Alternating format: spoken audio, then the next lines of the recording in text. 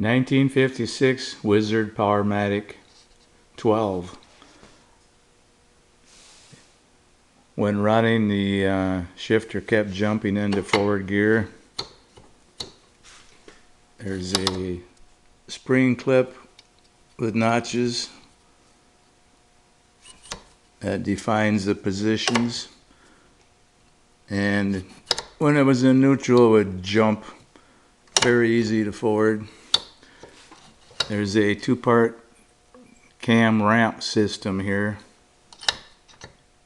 that activates the reverse lock, flips the hooks over the pin down here. Anyways, when in reverse, it's on top of the cam there. When you go to neutral, it's just barely hanging on here, as the hooks are spring loaded, so if it shakes a little bit, it throws it into forward gear. There's a set screw that sets this lower half of the cam onto the shift shaft, and it was loose, so I assume it was all out of adjustment.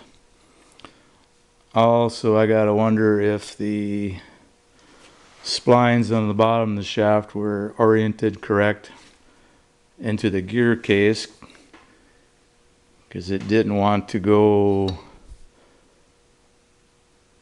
into the forward notch all the way when you shifted it. So I think I'll take this shift shaft all the way out in the parts, clean it all up, and go from there. Okay.